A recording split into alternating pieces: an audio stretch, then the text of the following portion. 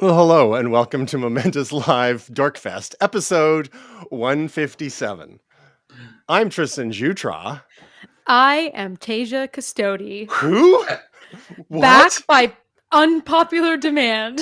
And I'm Will Silver. Coming in hot with the fireworks. The fireworks. And not sure where he is, but Gray Williams he might be in transit. He's out of the office. He thought he might be able to join us, but it still could happen. There could be some tech issues. Not sure. Anyhow, Will's surrounded by balloons and all sorts of interesting things. He's loving the reaction. Oh, now he's got confetti. Lovely. So yeah, novelty is fun. We got three out of the four here. We thought we were getting the whole band back together. It might still happen. Close. We'll see. Close. Maybe in a month, maybe in a year, maybe never. So let's get started with a little bit of follow-up first. Tasia, where have you been for the last several months? Was it October since we saw you? Something like that? I don't remember the last time, you guys. Get us up to speed. I wish I had a lot of exciting news. It's just been busy. Busy work. That's all I can tell you. Long days. Is there anything you can share with us? Maybe, I mean, it wasn't one of your projects for this week, but maybe we could add it, the thing you were working on over all these months. One of the things I was working on is I'm making a course that will hopefully be available soon. Okay. And it's on basically everything Google. So it's been a lot of work. So hopefully I can let you guys know soon when that's going to drop. But looking forward to it. I don't know yet. Yeah. So stay tuned to www.momentus.tv, where you can follow everything Momentous related. And let's proceed with a little bit of a follow-up here. Last week we were, and Tasia, forgive us, while you were away, we sowed our wild oats. We got as much gaming and dorky movie news out of the way, but there's still a little bit because we have a bit of follow-up. There was, thanks to some of the pressure from the EC and the Department of Justice, Apple is loosening up some things with their App Store, including the allowance of game emulators. And we've seen a couple that tried to launch and then got pulled very quickly for various reasons, including a bit of copyright infringement. There was also a Nintendo Switch emulator called Yuzu, which I think went up and got pulled very quickly because Nintendo's super litigious, especially about current consoles.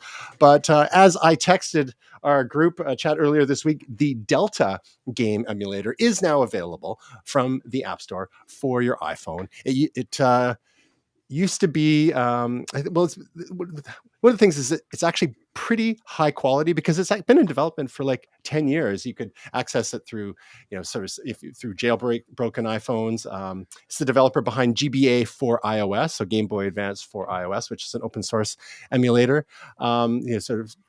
Sort of laid the groundwork for this, but Delta is an all-in-one emulator that supports NES, Nintendo Entertainment System, the Super NES or SNES, Nintendo 64, Nintendo DS, Game Boy, and Game Boy Advance. And you can use it with on-screen controllers, and you can connect various Bluetooth controllers as well, which are available from a variety of sources, which make things even more playable. Will, I know you're a Game Boy guy from way back, and I know that playing traditional games on iPhones with touchscreen controls isn't necessarily the best experience, but looking at what you've seen here from the video demos and the notion that you can play with external Bluetooth controllers with the traditional Nintendo layout, what are your initial thoughts on this? If you still get your own ROMs, okay, that's the only way that Apple's going to let this happen. Go and get your own ROMs. You can't get the ROMs through the App Store because of legal gray areas, and you're supposed to own the cartridges that you have the ROMs for, et cetera, et cetera. Any thoughts, Will, as our official Nintendo correspondent? Yeah. Well, I mean, I think I still, I like that you can play the games. I think there's still a ton of caveats. I will say these games are basically unplayable without a physical controller. So that it's a non-starter if you're not using a controller, as far as I'm concerned. So, but yeah, I mean, I think there's really so many caveats that it's a very fine group of people that would be able to play these games or want to play them. But it's nice to have the access. It's nice that it's available. But like owning the ROM, like how many people did the person at Blink who downloaded 400 games for our game system. Oh, I can't hear you, Tristan. Yeah, it was more like 3,000 games that got downloaded to our Did they own all game cabinet there. Yeah, cartridges? Of course not. I mean, like, I have Mario Brothers 3 somewhere. I mean, if Nintendo came and knocked on my door, I'd have to go over to my parents' house and dig through boxes. And of course, technically, they're not the record labels in the year 2000. That's I think it'll be all right. Yeah. So, yeah, I mean, I like the idea. I just think it's a little impractical. It should be a little bit easier, but it's nice that it's there and you can use it if you're so inclined. Well, one of the features of said emulator is the ability to connect to a Google Drive. So all you need to do is collect your ROMs that, of course, you own legal copies for, and upload them to Google Drive, and then you can download them from there straight into the app. And honestly, like the hands-on reviews of this have been pretty decent. Like the on-screen controls look like they work better than expected. And of course, like you say, the ultimate experience is going to be is going to be with an external Bluetooth controller, and those you can get those super cheap on Amazon now for some pretty decent ones. Tasia, how excited are you on a scale of 1 to 10? Guys, absolutely don't know what you're talking about. So over my head, which is probably how you guys are going to feel when I get into Taylor Swift. So it's fine. Oh, spoiler alert. Okay, so another bit of follow-up. Last week, we were talking about the retirement of Boston Dynamics' Atlas bipedal robot, and they celebrated it with a video of all sorts of classic failures for all of the amazing things that Atlas could do. The internet also enjoyed some of its missteps as well, and this was sort of a little swan song, a farewell to this inspirational, amazing upright robot that could do all sorts of things. It could do acrobatics, could do dancing. You could see it lifting and carrying boxes. You could imagine how it might be helpful in a sort of a warehouse or a factory sort of environment. Boston Dynamics has changed ownership a couple of times. It was owned by Google and is currently owned by Hyundai. But as discussed, we figured, is it really going away? Or like after 10 years, are they just going to say goodbye? Well, there was some hints last week that it wasn't really goodbye. It was sort of more of an evolution or a resurrection, so to speak. They rug pulled the original Atlas robot and have replaced him with an electric one without all the pneumatics. Pneumatics. So instead of being air or oil powered for all this is all electric servos and motors, and we had a reveal video. It's a 30-second video online showing Atlas lying on a floor and standing up in a very unnatural way, thanks to swiveling hips, swiveling torso. Tasia, what's your initial impression when you see a bipedal robot that can do things like that? Lucky. I'm kidding. No, my first thought was, what is your Twitter bio, Tristan? Friend to robot? I think it's so sad. They let this thing fall down a hill. They try to push it off balance without a care for the robot. So I think it's good that now it's got some swivel hips. And it's coming for us, but... It's coming for you. Yeah. Will, what were your thoughts when you first saw that? Oh, no, I thought it was cool, but scary at the same time. I think I was saying to you, it's like, oh my God, nightmare fuel. It's like Death Becomes Her, but in robot form. Yeah. Classic movie. It was like Goldie Hawn and Bruce Willis. It's so good. Gosh, it's good. Yeah. So if you think of movies like I, Robot and others where we were talking about this a little bit last week, how it makes sense to develop robots in a human form because humans have evolved to over hundreds of thousands of years, if not millions of years, ultimately, to adapt to our environment, to be able to traverse our environment. So it would make sense if we have robots going to be living in these same environments. They should be kind of like us in some ways. Because we've got the right kind of arms and legs and hands and feet to do all the right kind of binocular vision and hearing and all that sort of stuff. But at the same time, they shouldn't be limited merely to the types of flexibility or strength that we have. So same general form factor, but if all of a sudden you could turn your, how an owl can turn its head 180 degrees, and well, how about your torso on top of your hips, or could turn 180 degrees, and your legs could go both ways, and all of a sudden you just start walking the other direction. Like, there's all sorts of stuff here which just adds to the nightmare fuel, as you mentioned, Will, but could help with things like being able to get up after falling down. It's sort of it's like self-writing is very very handy skill to have. Anyhow, so thank goodness Atlas is with us. A new version, better, faster, stronger, coming to your homes soon in the middle of the night. But that's not all the robot news there is. Tasia, I know that you live in the good old USFA, where you like to blow stuff up good and set things on fire. How about Thermonator? America. Thermonator, the flame-throwing robot dog, can now be yours for $9,420. This looks a little bit like the Boston Dynamics Spot. This is creepier.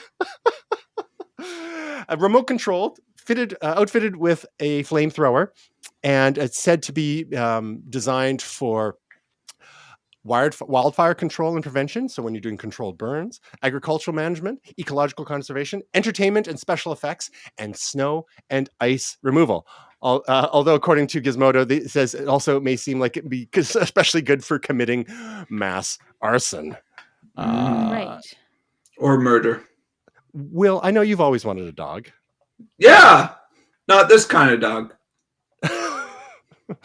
This is from the same company which brought us. They're called Throwflame. They also have the TF19 WASP, a flamethrower drone attachment. So again, same kind of thing for controlled burns and the like.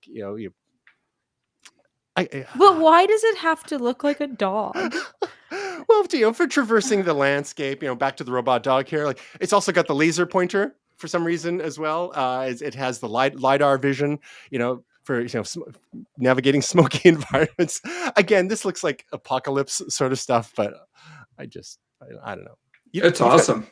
Tej, you already have a dog, but what if you could outfit Poppy with a flamethrower on top? Oh Jesus! Could you imagine?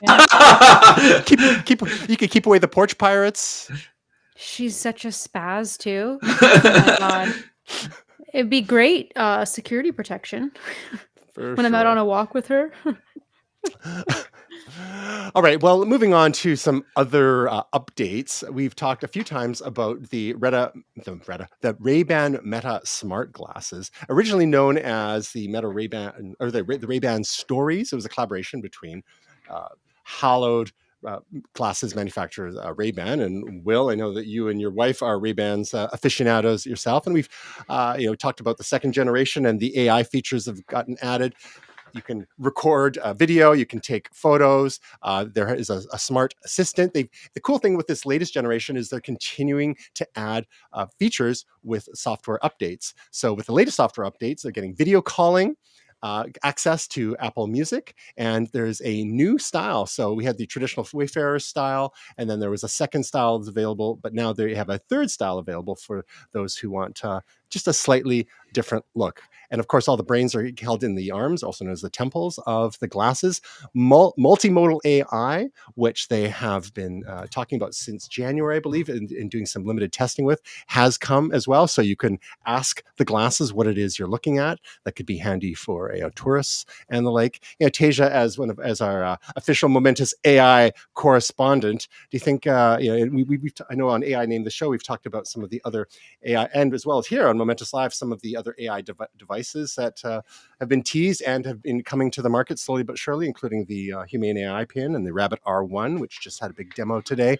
What are your thoughts on this form factor? Do you think Meta has it right with the direction they're going as they continue to add smarts to these glasses?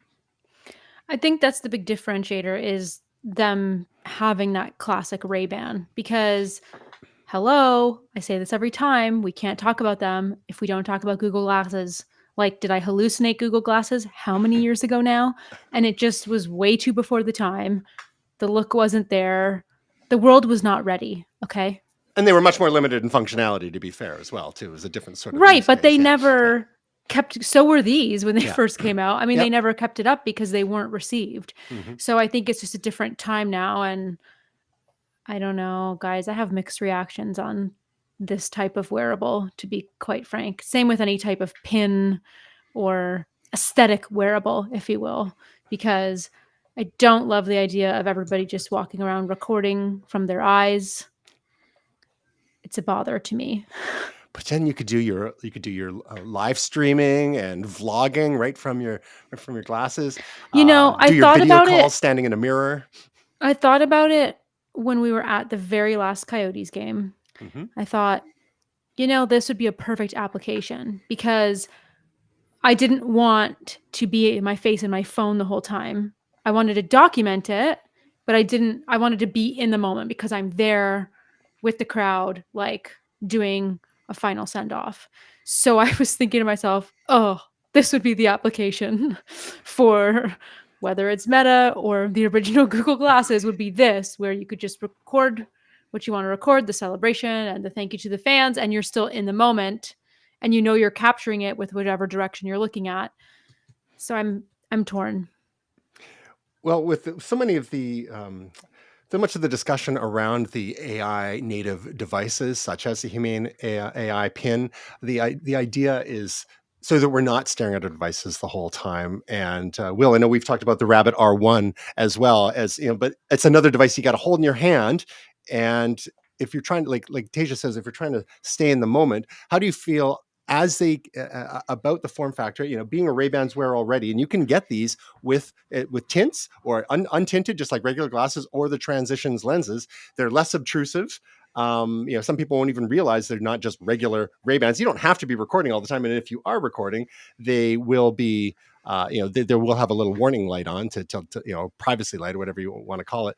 So they and Meta AI, Tasia and I talked about last week on AI Name the Show, they're on Llama 3 model now, getting very smart, and they're adding it to all their properties across the board: Instagram, WhatsApp, Facebook, and the like.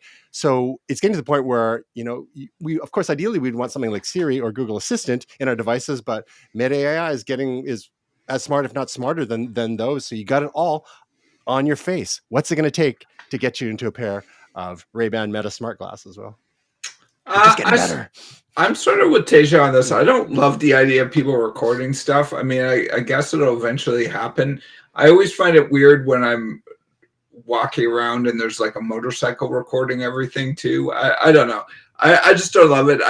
I think for me, it's not so much the recording or like live streaming for my glasses. It's the HUD. I always talk about, I like the idea of a HUD, like this is the temperature, this is the wind speed, here's a compass. The heads up display. When your mom says, I don't know how to use text messages, call me, like that kind of thing.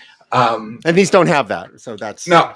But at the same time, it's not just all about recording and taking photos. It's also about having it, accessing your music, accessing information, live, as if you're talking to something like Siri or Google Assistant all around you, and so on and so forth. So at this point, there's not enough there to make you go, oh, I want to have, something that can be a live assistant for me without having to pull up a phone. They're not there yet in your mind.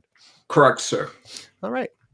So, well, maybe I got to admit, I'm kind of tempted, especially if I maybe wait for the version 3. But I would like to get my hands on something like this to see what it's all about. But I agree, like to your point, Tasia, one of the things that the Google Glass did have was the little sort of crystal in the corner where it did have you could look up and there would be some information there. It was very small, but it was enough that you could give a bit of useful info. And the Meta Ray-Bans don't have any kind of heads up, but the idea is that it's communicating with you through its built-in speakers, or of course you could tether your pair your Bluetooth headphones or earbuds if you don't want the whole world around you hearing what it's saying to you.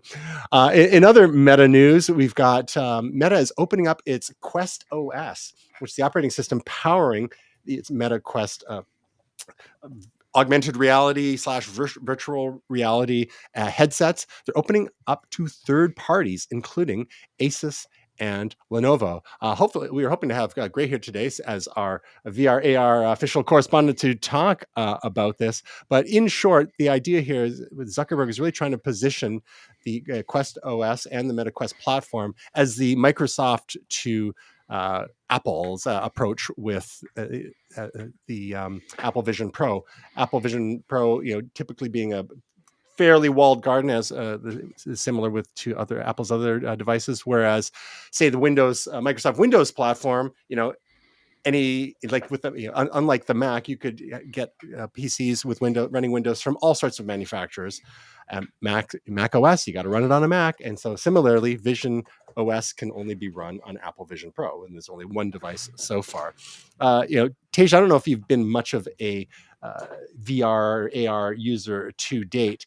Do you think that doing something like zigging while Apple is zagging? Do you think this is the right approach to try and stay ahead in the VR AR space vis-a-vis efforts from Apple and others? Well, what's their other option? keep it closed and just, hey, I guess you're running Facebook apps.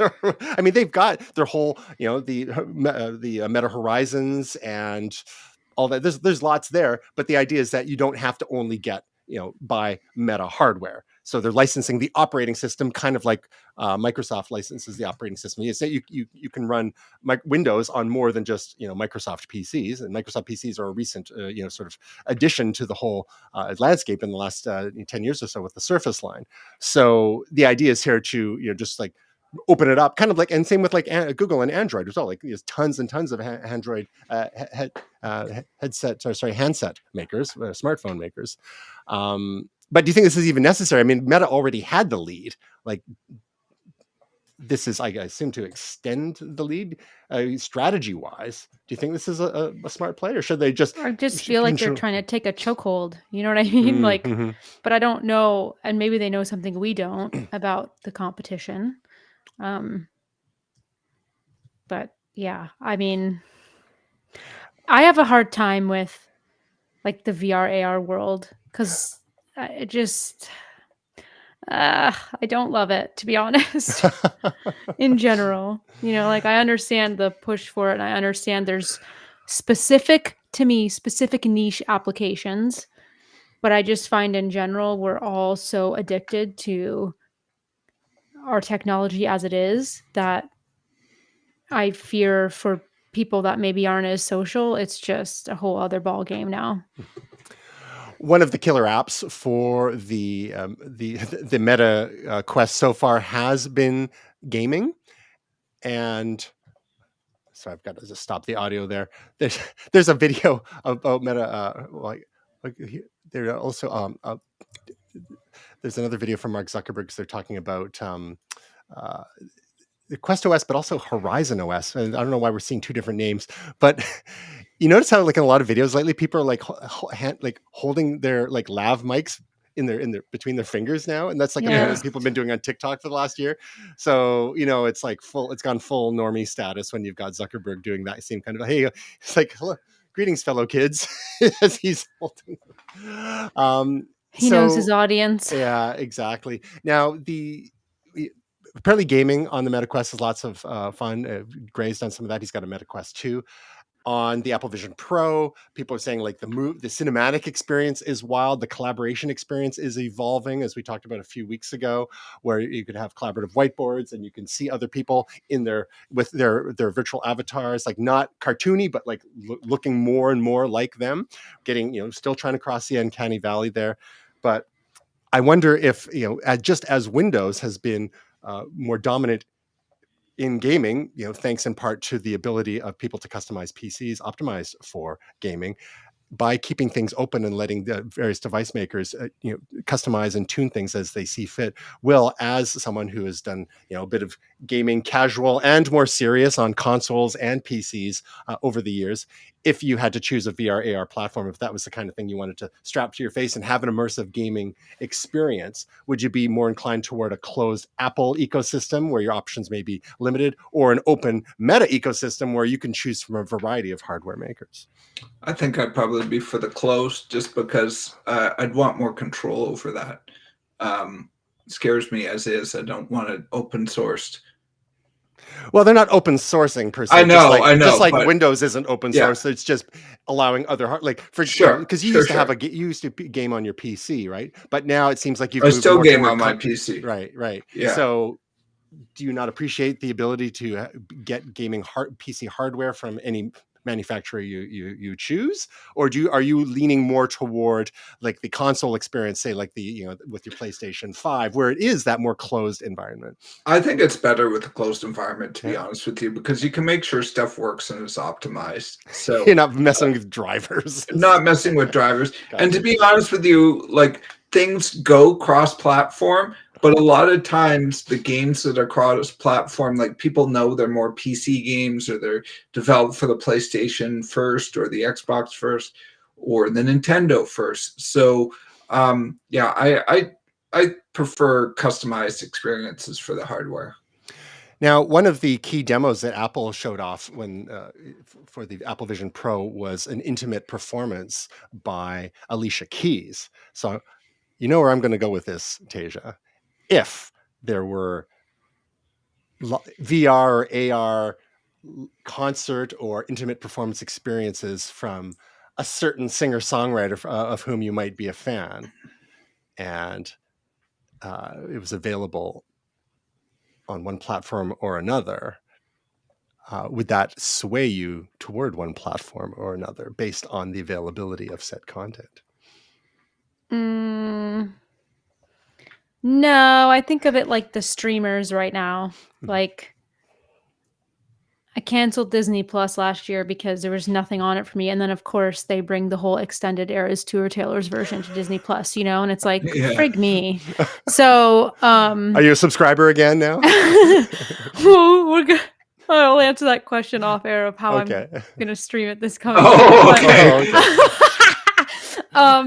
But yeah, I mean, no, because I'm very much like, I feel the only way that would sway is, say, like, I wasn't mobile or lost my mobility and like I can't like attend a concert or something. Then it's like I see like very niche use cases for these devices, and there's another worldwide pandemic and you can't leave your house. I see like cases for these things, but just in my day-to-day, it wouldn't. I say that, but I don't know. If you strapped one to my head and it looked really cool, I might change my mind. Like, she's right there, Tristan. She's right there. Exactly. All right. So bear with us, Tasia.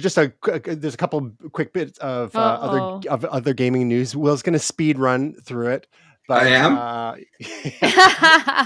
We'll speed run through it together. Nintendo Indie World happened last week. The Indie World Showcase, and they, in their quote unquote live stream, they showed a bunch of interesting new releases coming from a variety of indie developers. And on there, the IGN actually did a pretty comprehensive recap of all the games that were mentioned there, including SteamWorld Heist 2, Little Kitty Big City, which I gotta confess, looks kind of interesting. It's like, remember there's that game Stray that we talked about, and Will, you've got Stray. This is a slightly more cartoony version where you're in charge, you're operating a cat. But this is a little kitty in big city. You're exploring a quirky neighborhood. There's Yars Rising, and Refined Self, Sticky Business, Anton Blast, Valley Peaks, Lorelei and the Laser Eyes, Europa, a Teenage Mutant Ninja Turtles, Splintered Fate, Cat Quest, another cat game, Stitch, and others. There's lots and lots of indie games. Now, Will, being working for an indie game developer company and being a Nintendo fan yourself, from the brief opportunity you may have had to check out some of the offerings there, that anything jump out to you, or any comments on the vibrance of the Nintendo Switch indie game developer ecosystem? Is that, and how healthy you think it is? Yeah, I would say of those, Little Kitty Big City, actually my friend was making fun of me on the weekend because he's like, I guess I can't call you after whatever it is, May 10th, when Big Kitty Little Kitty Big City comes out. So yeah, no, I am actually interested in this game. And then the other two that caught my attention were the Yars Rising, which is based off Yars Revenge. What? Which, really? Like the Atari game? I believe it's connected to Yars Revenge. Oh, it says It's from Atari. Atari. Oh, crazy. Yeah. Okay. So I mentioned this before on the show. Yars Revenge is one of my childhood favorite games. Oh yeah, there it is. Okay. So Yars Revenge and River Raid and those were all classics for me. Was one of the first games I ever played. So I'm a fan of Yars Revenge. I would probably give it a try just to see what it was all about. And then as you know, Tristan, I'm a Teenage Mutant Ninja Turtles fan, and I do have I think it's called Shredder's Revenge, but I'm interested in this. This is a different sort of lot of the turtle games that have come out recently are sort of arcadey games, which I love, arcadey beat 'em ups, but this is a little bit of a new approach, sort of a 3/4 top down game, and it's interesting. It's got the concept of jumping through portals and going through time. So yeah, I'm interested in this one as well. So those are the three for me: Little Kitty Big City, Yars Rising, and this Teenage Mutant Ninja Turtles Splintered Fate. So Tasia, I know we haven't talked a lot of gaming since you've been away. Are you doing any casual gaming at all? Is there anything here that would you like to play a little bit of Little Kitty Big City? What's it going to take to get you into some gaming again? I literally do not play games like this. I don't. Do you play any games, like even the casual games on your smartphone? Are you like a Wordle person or a Bejeweled or any of that kind of stuff? Do you? Nope. Right, you hate fun. Is that right? What if I don't? I listen to podcasts. Like I don't have time to play games all day. All day. It's all or nothing, right? To be fair, I do play games half the day because that's my job. But yeah, you can listen. You can play while listening to podcasts. That's the thing. Now, honestly, Tasia, I'm kind of with you because I don't really, there's some of the stuff is zero sum. Like unless you're a super multitasker, like playing games while listening to a podcast, while watching a hockey game. I am guilty of maybe doing stuff like that in the past, and that way you can suck the joy out of everything in life. Right. Because you're not actually taking any of it in fully. Like I can't watch TV while scrolling my phone. If I'm scrolling my phone on the couch, I am not paying attention to what's happening on the TV. Like I can tell you right now. What about in a movie theater? That's what the kids seem to like to do. Oh my God. Really? Tristan and I have been in a couple movies recently. It's just absolutely bonks. Like, what's the point in going? So instead of old man shouts at cloud, it's now like old man shouts at kids, and that old man is Tristan. It was so bad. We'll have to tell you the story off camera. Oh my God. It was even worse than that. It was so bad. Yeah, we'll talk about that off air. Anyhow. Nice. So yeah, check out, just Google. We'll have links in the show notes if you're interested in indie games on the Nintendo Switch. I'm glad to see that there's some smaller companies still able to do stuff there and make a go of it, such as the company that you work for. Well, By the way, wait, Tristan, can I just say? Yes. I say this fully as a person who spends probably 17 hours on friggin' Instagram all day. So like, take that for what you will. When I'm like, I don't play games. I don't have time. Meanwhile, it's like Instagram death scroll all the time. So take what I'm saying, with a grain of salt. Just wait until there's a Taylor Swift role-playing adventure game. You could play the role of her former record company, and you could get into like contract disputes, and it'd be great. Text adventure. No Tristan. Comment. She's not finding that amusing, just so you know. I don't know. I think it's hilarious. Okay, Will, some more, just a little bit more gaming news. This is something that seemed to be a surprise for you, but I saw it and I thought, this Will, as a fan I did not see it. X-Men 97. Xbox is celebrating mutant nostalgia with Marvel Animations X-Men 97 custom comic Xbox Series X and controllers. So there's the whole unit itself, and then a variety of controllers representing some of the different heroes, such as Wolverine, Beast, Gambit, Morph, Jubilee, Jean Grey, Magneto, Storm, Cyclops, Rogue, and Bishop. Now, you've talked about how much you've been enjoying X-Men 97, the animated series, which picks up where right after the previous season in 1996, basically, right? Yeah. So now you don't have a current Xbox as far as I know. I have an Xbox One, but not the Not the Series X. Xbox. Not the new one. So how much is this tempting you to maybe pick up? You've got the PS5. Maybe it's time to get a Xbox Series X, mutant style. Yeah, no, I mean, I'm interested in the I am interested in the controllers. Just because I presume they might be able to be used on PC games as well. But this is only part of a contest. That's right. Which sucks, because I would totally buy one of these. I was like, oh man, I totally buy one of those. And apparently they don't want your money. They just want to promote their crap. So that's a little infuriating for me, because I really do. I would totally buy the Wolverine, the Bishop, and the Gambit one.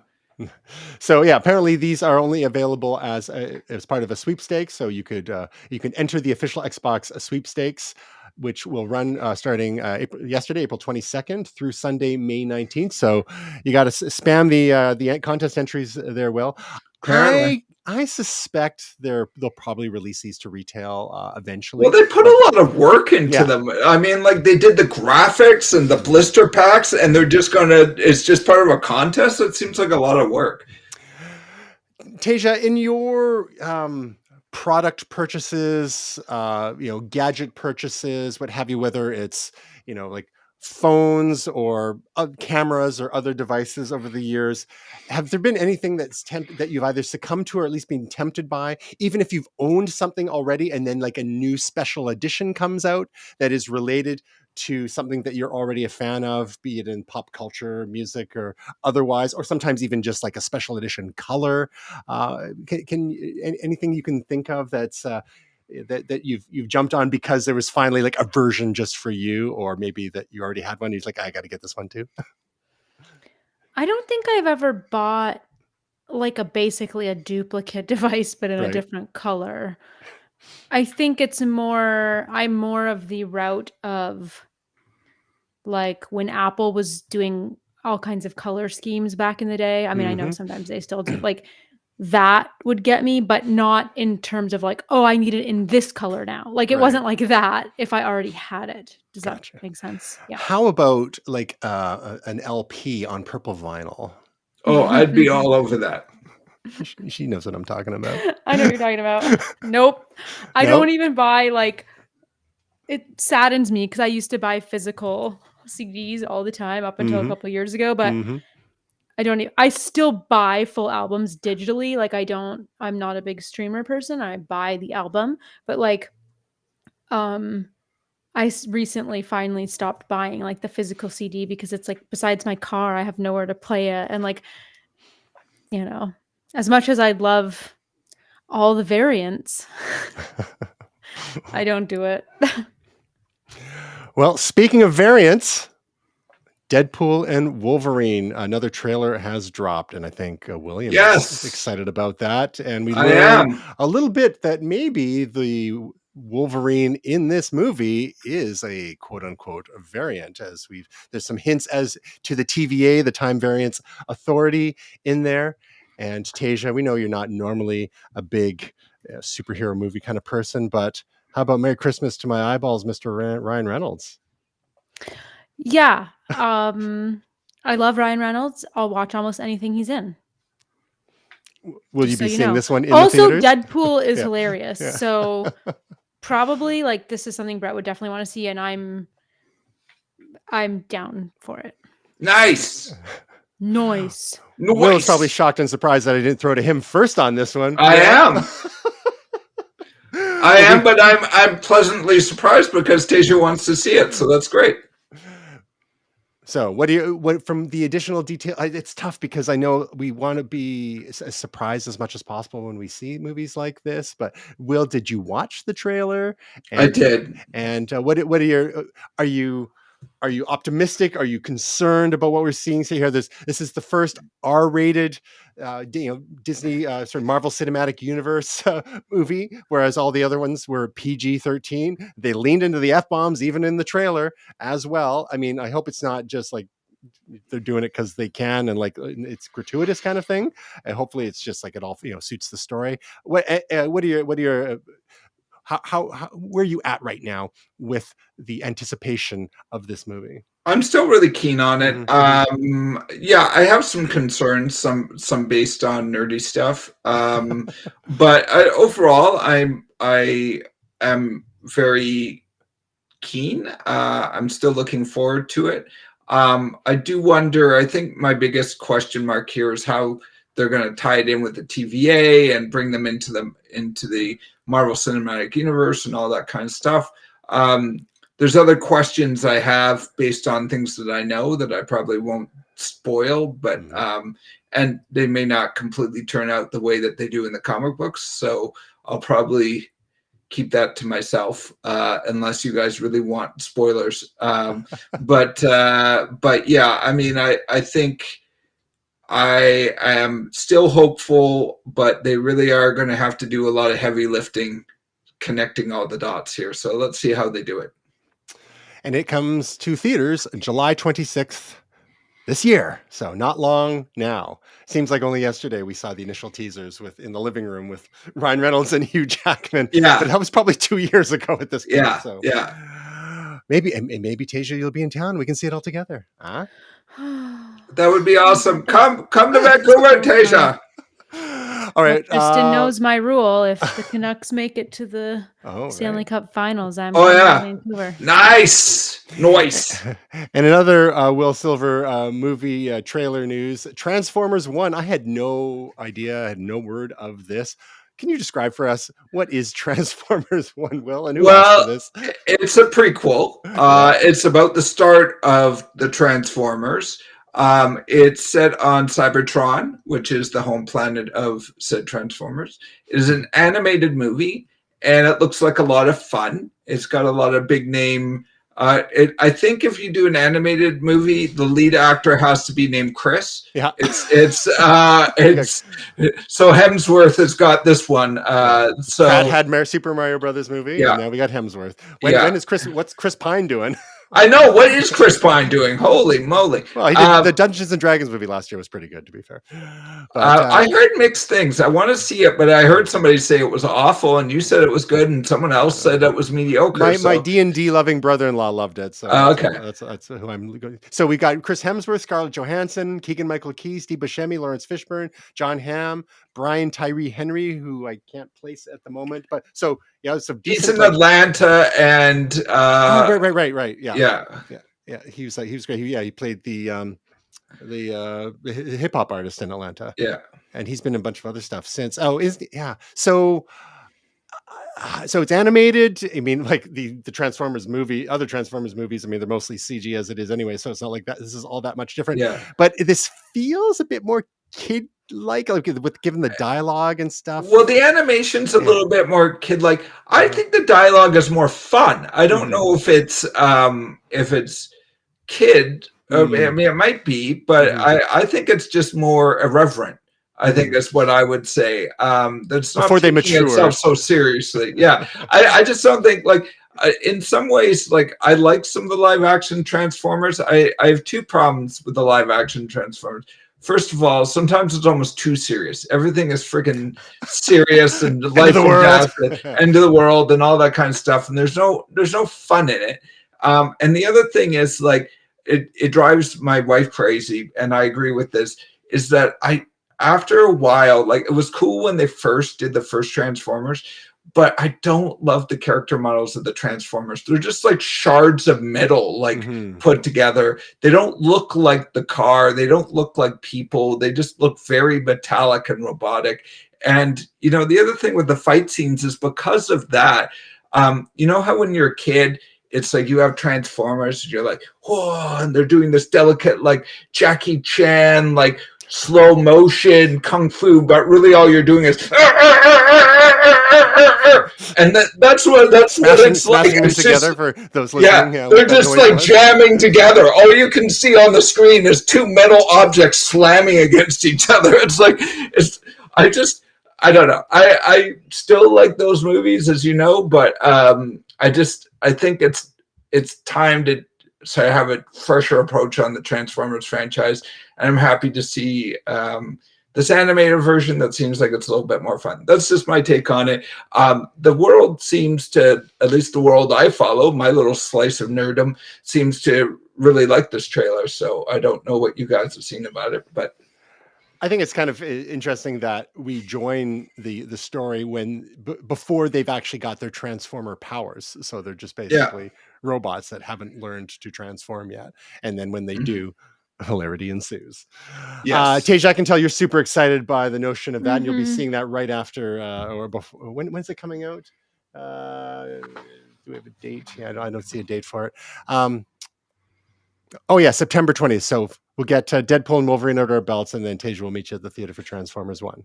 Sounds good. Sure, guys. If it's a reunion with you guys, I'll go. Yes. Okay, Tasia.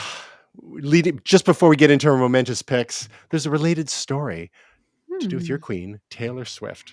And it has to do with, she's got 31 songs on a new album. Like, get an editor, gal, come on. But what's all the buzz about Who's Afraid of Little Old Me, and why is it captured? Okay, well, first of all, it's a double album. Thank you. And don't quote some terrible review that said that she needed an editor. It's absolutely incorrect. Was that a review? That was my own comment. Like, well, BBC double albums, said that. Double albums are a flex. Let's just to be clear. So the BBC said that. Of her skill and talent. And I'm going to say something to you, and I'm not going to say it lightly, because you guys know I'm an OG Swiftie from way before she blew up. And I think she's the best songwriter of all time. I think she's a wonderful storyteller. Bob Dylan, amateur. This album, top to bottom, is her best work. Wow.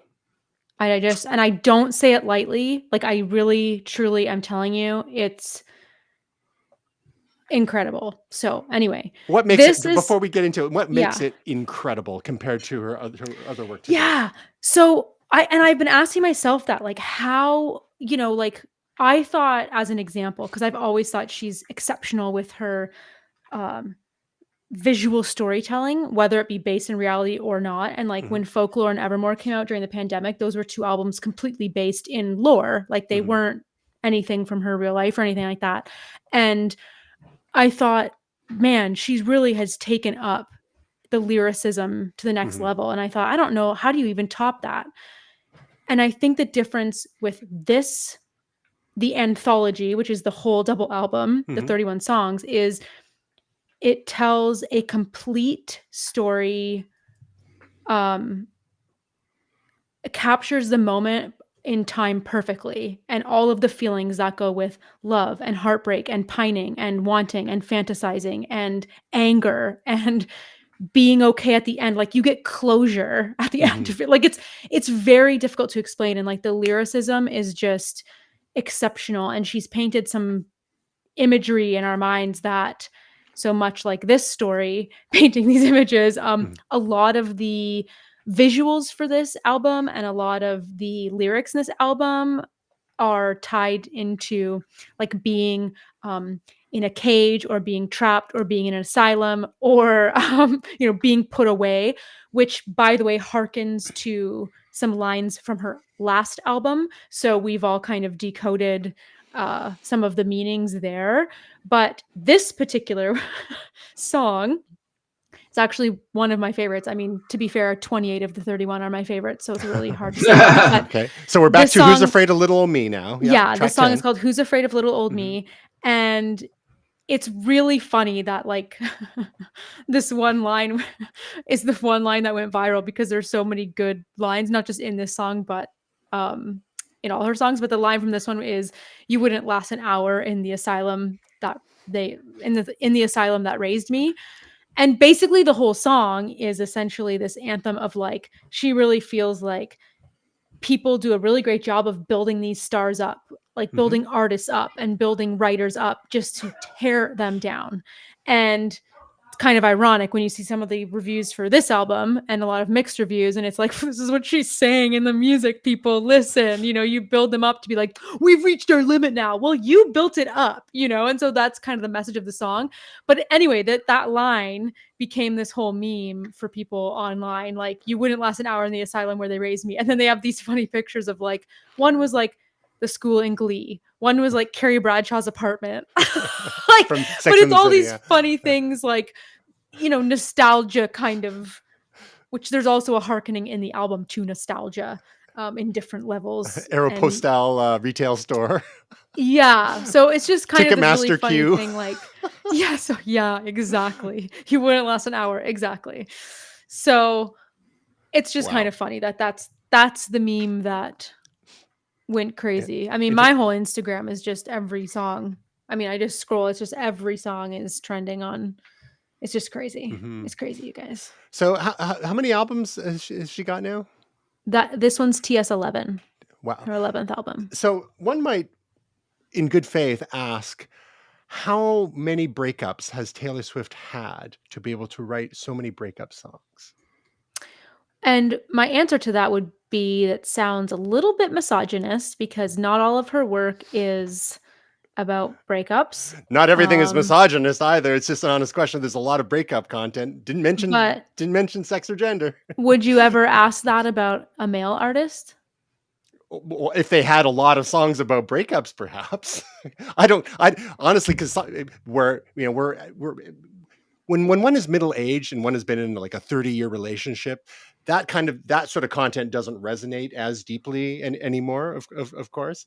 But some of the commentary online has been like, wow, she's got 31 songs, and a lot of these songs are about breakups again, but seems to have been like in a reasonably stable relationship with Travis Kelce for a while. She was, she had a few other relationships before that. I mean, she is putting this out into the world based on her life experience. And, when we're at 11 albums now, yeah, I feel like it doesn't get old for people. I mean, no, and this is why I feel like that question always irks me because I feel like her writing is so much more than just one relationship or one breakup. And I feel like the male artists like Ed Sheeran's and stuff are never questioned about, like, I know he's married now, but it's like who they're dating or how many people they've, had relationship, whatever. And to me and to a lot of her fans, her writing is about all relationships in all forms that they come in. And the beauty about her writing is we can guess all day and go down the rabbit hole of this song's about so-and-so. And, it's so fun to be like the criminology about that. Yeah. Yeah. And it's so fun to be like, this is about this, But at the end of the day, and she even says with her album is it's no longer her story to tell, it's ours. And the beauty of her writing is that, and specifically with this album, it's like song after song, you're just going, oh my God, I've been in this, or oh my God, I get it. She captures exactly how people felt at that moment, whether it's about like a romantic relationship or not. Do you know what I mean? Like, so it's really, I think that's the magic behind her writing is, we could say all day, oh, it's about so-and-so. But then when you really dig in and it becomes like your song, and it's like, you've knew the song your whole life, but it just came out. It's really hard to explain. Yeah. No, and I think part of that criminology, so to speak, is partly a byproduct of our current era where people's lives are even more public than they were in the past. Like we've had tabloids, we've had Entertainment Tonight and all that sort of stuff. But when you add the layer of social media on top of that, and the direct communication and connection with fans via Instagram and other platforms, I think that's going to be an even more natural go-to for people. Like you said, just trying to figure out like who are these songs about? Because as celebrities live their lives so publicly, and even more so in today's age, and part of that's a choice, to be fair, because there is that connection that a deeper connection one can establish with the fans, with that sense of like empathy, for sure. Like I'm just like you, because I fall in love and all out of love and all that sort of that stuff. So it's it's like an extra layer of adventure. It's like so you don't claim to be a big gamer, Tasia, but this is like another sort of adventure game. Oh, it's so funny you say that, because she's been doing these Easter eggs and like hidden messages for all the fans since way even before Reputation. And like we've been able to, like the whole reason I got tickets for Reputation way back in like 2018, that stadium tour, was because the gamification of it all was, if you use this hashtag online and if you did this challenge or whatever, and you got points almost, and then that gave you like early access codes. And that's true right up until the Eras tour, by the way. So like, and it's just fun. It's like she has fun with her fans, like planting and thinking literal years ahead. on how she can plant hints, and then we just go nuts and we do a lot of that legwork, right? Like a lot of that promotion online, a lot of that stuff, because we're all going just nuts on Instagram and TikTok and being like, what does this mean? And so it's really it's quite a remarkable feat. But I will say, I think the reason I get annoyed when people talk about, her relationship or breakup, and I'm certainly guilty of like obsessed, spill the tea, honey. I want to know who these songs are about.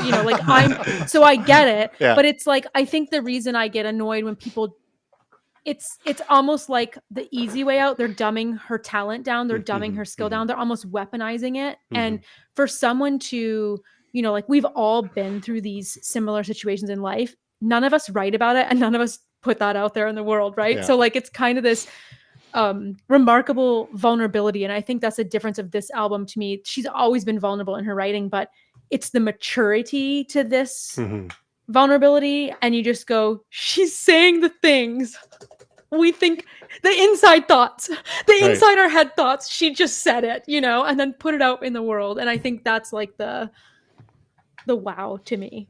It's so good, you guys. It's so good. You wouldn't be disappointed.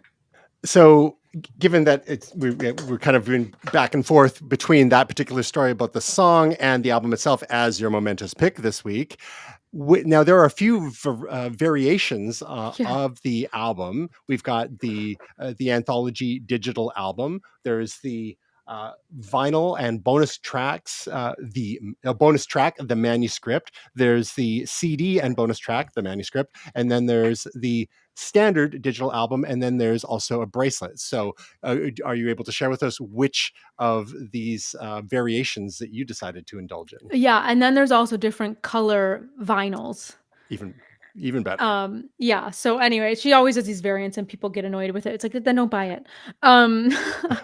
It's genius, but don't buy it then. I have the full, the Tortured Poets Department, the anthology. That's the full double album, all 31 songs. So in the digital download in version. digital. Okay. Like, yeah, like I buy them still old school, but it's digital. Like I don't know. I like owning the full album. So be honest, did you order the bracelet as well? I actually didn't. She's got a sweatshirt I really like, and I'm so tempted, but her shipping, it's the one thing, like we've all been like, you guys got to get this together. I mean, guys, it's literally like the last thing I ordered from her last drop, 1999 Taylor's version, took almost 4 months to get to me. And so it's like, it's just and you're in the US. Yes. See that hoodie? Oh, beige hoodie. I love that hoodie. Oh, there's earrings. Wow, black crew neck, t-shirts. Wow, you got to do it. You got to give the options to your fans, right? Yeah. And there's a reason why she is not only a successful and accomplished artist, but also a pretty accomplished entrepreneur as well. Like they figure she's pushing $1 billion net worth now. So only $1 billion? Yeah, I know. She cleared $1 billion. She's actually like the only, like just from music, like billionaire, like self-made. Yeah. She's really a remarkable. Unfortunately, the Department Gray cardigan is currently not available. Oh yeah, that would have sold out big time. Because there's lots of ties to the folklore era, and cardigan was a song. Guys, we could go down a rabbit hole if you want, but how long until we get the Tortured Poets Department Taylor's version? Right. Well, she owns this, so there won't be that. But no, they'll do a version on her for her old record label. And what's the label? They'll do that version. Oh, right. Yeah. No, I think it's great. We actually all are like, is there anything else coming? Because we're just like, I don't know. We never. It's like, do we get comfortable now? I don't know. Like 31 songs. She can probably afford to take 5 years off now and just relax. We haven't slept. It's like, girl. How many times have you listened to it? Honestly, you guys, it's a problem. I'm not kidding you. I have sent multiple text messages to people saying, send help. I cannot stop. It has taken over my life. Like when a video's rendering, because like I'm editing most days, so I can't listen to anything. The second that video's running, I'm like, oh, I have 10 seconds. I'm playing it. Like I cannot stop. And the problem is, it's not like I can just say to you, oh yeah, it's just 10 songs I play over and over. It's like top to bottom. 2 hours, 2 minutes. Like it's just like, well, yeah, you got to go around the horn. You got to do the whole thing. Yeah. You know me, Tristan. I'm a completist, top to bottom. Like, there's like All right, Will, you can wake up now. Will's So so I'm glad. listening. Will's so glad I'm back. He's like, great. No, I appreciate your love of music. Well, Will, I have a love of what your pick is too, by the way.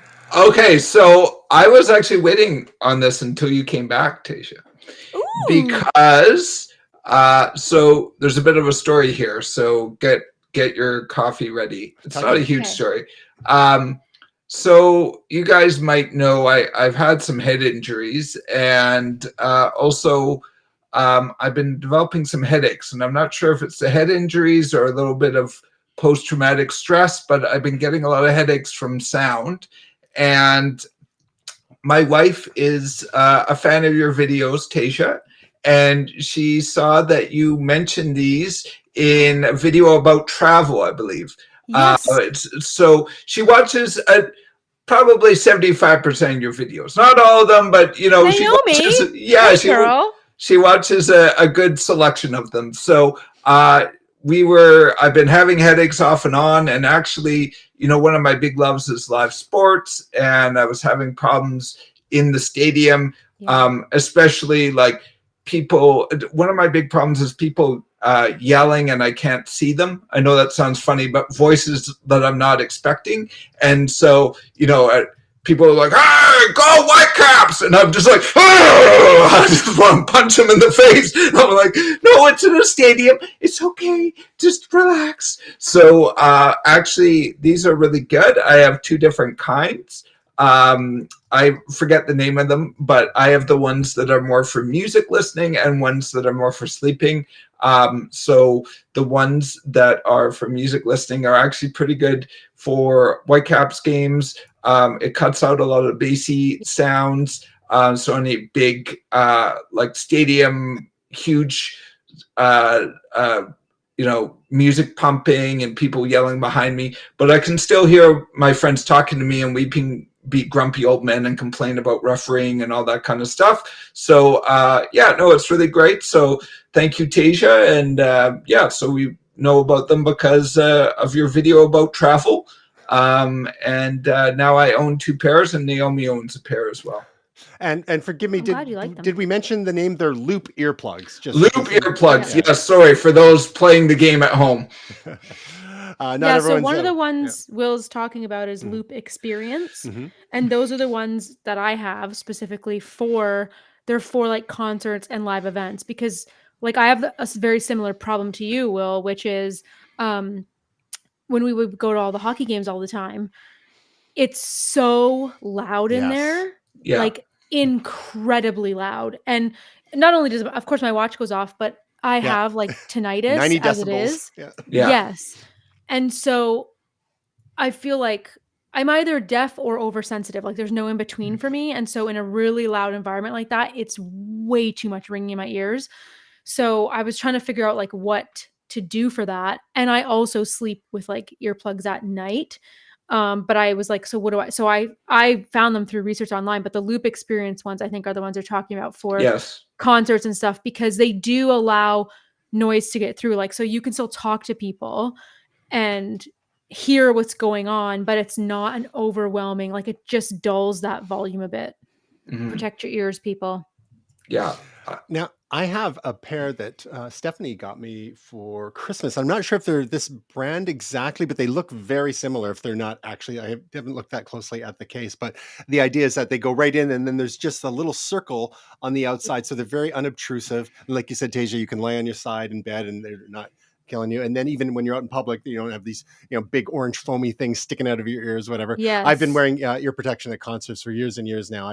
I adopted that habit from a friend of the show, Jerome, as an audio engineer and music producer. He's been, been trying hard to protect his hearing over the years. So, yeah, this is a great option for people who want to just give that their ears just that little extra bit of protection. They're hearing that protection for the long term, so you can continue to enjoy music and concerts and hockey games without getting your eardrums blasted all to hell. I had a a warning on my watch. On your Apple Watch, you get a noise warning when it goes above 90 decibels, and it goes off at hockey games for sure because they're so loud, like you say, Tasia. But I had one last night when I was playing floor hockey. There was like 2 warnings, and I guess there was a couple of cases where people either scored or there was amazing plays or whatever, and you're near other people. It's like, yeah. And there's only like a dozen of us on the playing at once, so it's kind of at Whitecaps games. My 90 decibels will go off multiple times. I clear it, it'll go off again, and I'll clear it, it'll go off again. So I am glad I have these and glad that we discovered them. So yeah, that's my pick. Good pick. Very quickly here, my pick of momentous pick this week is something that it's kind of ties into the Reddit. We talked a little bit about retro gaming.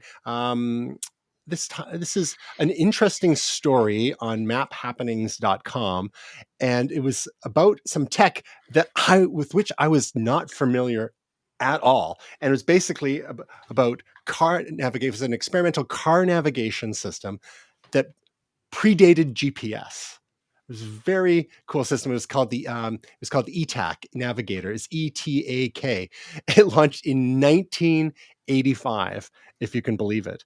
And basically, it had a green screen that, I don't know if it was vector graphics per se, but you basically establish where you are on the map. You could one of its innovation was being able to type in the name. So it had a big database in there. You could look up locations, and it didn't have satellite navigation because GPS wasn't available to the public at that point. So what it did is you had sensors in your wheel wells, I believe, and you established where you are, and then it just kept track of your distance as you were driving, and then it could tell when you're turning, and it assumes it'll snap you to the nearest road and whatnot. So it was mostly accurate. Sometimes you had to kind of reset it, but it kind of worked. Unfortunately, it was pretty primitive and pretty esoteric and pretty expensive. So it's not the kind of thing that totally took off. You actually loaded the maps from cassette tapes, kind of like you're loading games on your Commodore VIC-20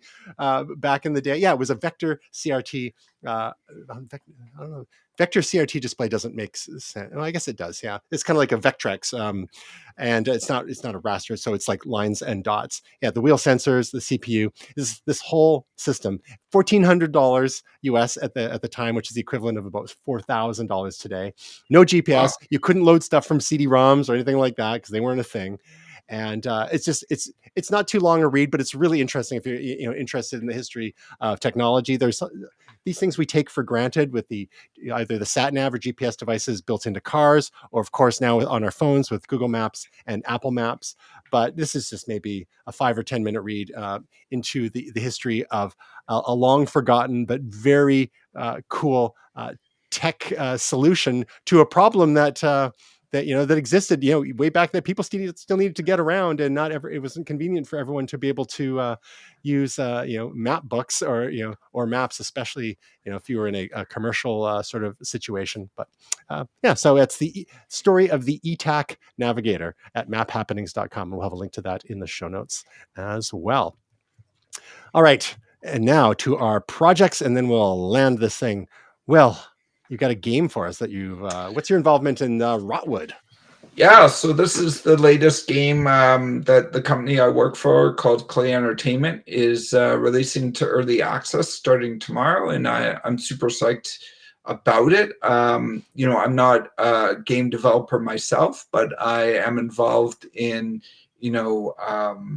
helping out with testing and doing gameplay footage for trailers and marketing, and doing marketing and website work and all that kind of stuff, and some limited help with interaction and bug fixing and stuff like that. So it's a team effort at a video game studio, and this is just one I'm really proud of, although I'm not the direct maker or animator on this project, but I'm just really thrilled about this game. I've played about 70 hours of it. I really enjoy it. It's just really fun. I mean, I know it's going to seem biased because I've worked on this game for a while, but done work with this game for a while. But I genuinely enjoy this game and really recommend it. It's just really fun. What platforms is it available on? Right now, it's just on Steam. It's on Steam Early Access. Again, this is a way that indie developers are able to release games. So it's basically you put it out there. You it's a price to join. You get the game when or I believe you get the game when it comes out. But you basically join Early Access. You get to play it. Give some feedback if there's any bugs. And stuff like that, and you kind of see it as it's being developed, and it's a way that helps smaller game developers, get some income while they're developing the game, but also get feedback while it's being developed. So so it's very common on Steam these days. It's sort of like a pre-release. Games like what's that game, Baldur's Gate 3 or whatever that came out, that was in early access for like 2 years. Like some games are in early access for multiple years. So I don't know how long Rotwood will be in early access, but yeah, I think this is just it's really exciting, and I'm really keen to see the reaction to the various demos and teasers and trailers that we released have been very positive. So cool.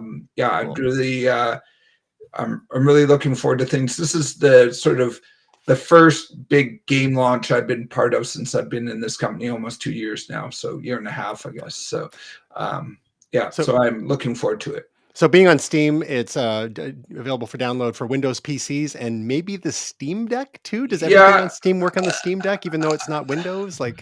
So here's the thing. I don't know if we're officially saying it's on the Steam Deck. Okay. I've been playing it on the Steam Deck. It is playable on the Steam Deck. I don't know what will happen when, again, I have different access than other people. So I can't tell you per se whether the early access is for Steam Deck as well. Yeah. But and the other thing is, you don't fully get the green check mark for Steam Deck until you're actually released.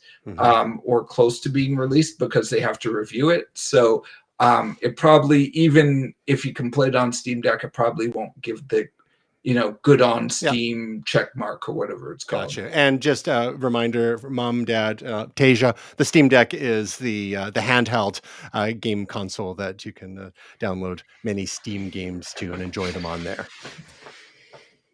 Duly noted. Great. Right? All right. So Tasia, you've got... it looks so cute. Yeah, the animation is awesome, so I really recommend it. Speaking of cute, that's another video from Tasia this week. Tasia, what's your latest video for us back to the Google topics? Kind of a throwaway video, so I'd rather just direct people to my channel. At least he's honest, ladies and gentlemen. Seriously, it's called YouTube Still Taking My Money, and I've decided I'm not putting as much effort in anymore. Wow. So subscribe to me on YouTube for low effort videos. No, there's some good stuff coming up, but this one's not. So people can find your videos low effort and high effort at youtube.com/Tasia Custodi and TasiaCustodi.com. Watch our videos, but maybe skip this one. That's what I'm saying. Don't skip any of them. Watch it all the way through. Hit like, make sure to subscribe. All the things. Yeah, Google needs another ivory back scratcher. Watch all her movies so they can take her money. Sorry, was I too close to the bone? It's a whole thing. Will. Love your work, Tasia. I'm with you. That's a joke for you, not against you.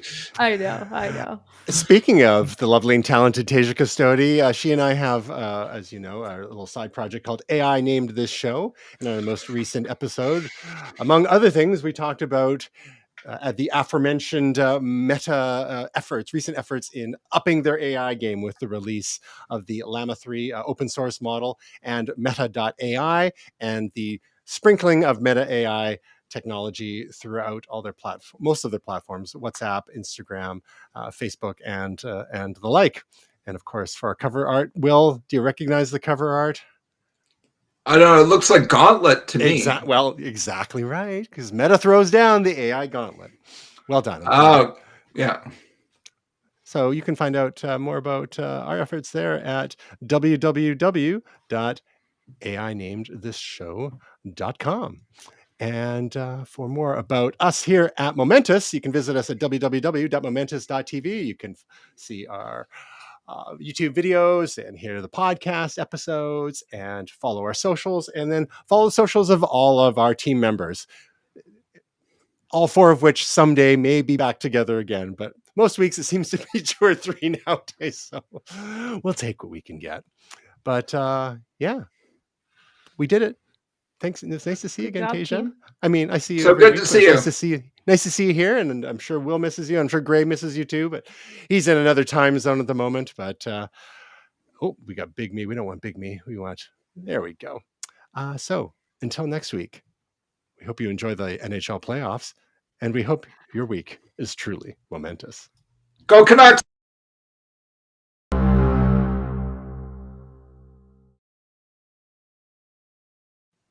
Sorry, I didn't mean to cut you off.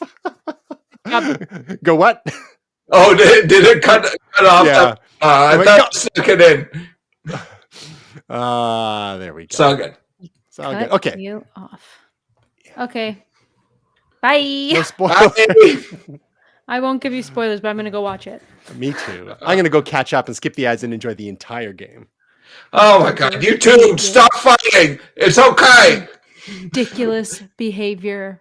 There's room in this world for chocolate and vanilla. Just let it go. Who's fighting? No one's fighting.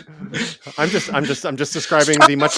We love each other. I'm just describing the far superior approach that I'm going to be taking. That's all. I'm maintaining all the joy in my life. It's wild that like two of 3 of us disagree with you, but you're gonna stick with that idea. Whatever you want to believe, Tristan. I didn't. Was this a democracy all of a sudden? Whatever you want to believe. Miss you, Tasia. Have a great Miss week. you. Well, bye, guys. We'll text about seeing a movie. Okay, sounds Unless good. you want to stay on here for a minute, but we'll let Tasia go. No, okay, we'll stay on. But I want to watch the Canucks, so let's hurry. Yeah, me too. So tomorrow night, do you want to see if we can do a movie? Well, the only thing is Wednesdays there's a lot of TV right now, so let me check with Naomi. If not, how about for TV? What are you watching? Like broadcasts? You can no, it's just new stuff comes out. Like Bad Batch and X-Men come out on Wednesdays. Okay, but let me check with Naomi. If not, how about Friday? I'm probably not going to be in town, so that's fine. Okay. Let me check with Naomi. Oh, tonight? You want to do tonight? We'll go tonight. Let's go tonight. No, we'll go tonight. Can't do after the show. I'm too tired. I'm too tired. No. They should invent like a drink, like a brown hot drink that you can drink, and then just it gives you like superpowers. I'm hopped up on cold medication, and I'm ready to rock. Cocaine. I'm hopped up on cocaine. Just a hint of crack cocaine. Okay, go watch the game. We'll text. I love you. Love you. Okay. Talk to you soon. Bye. Thank you. Bye.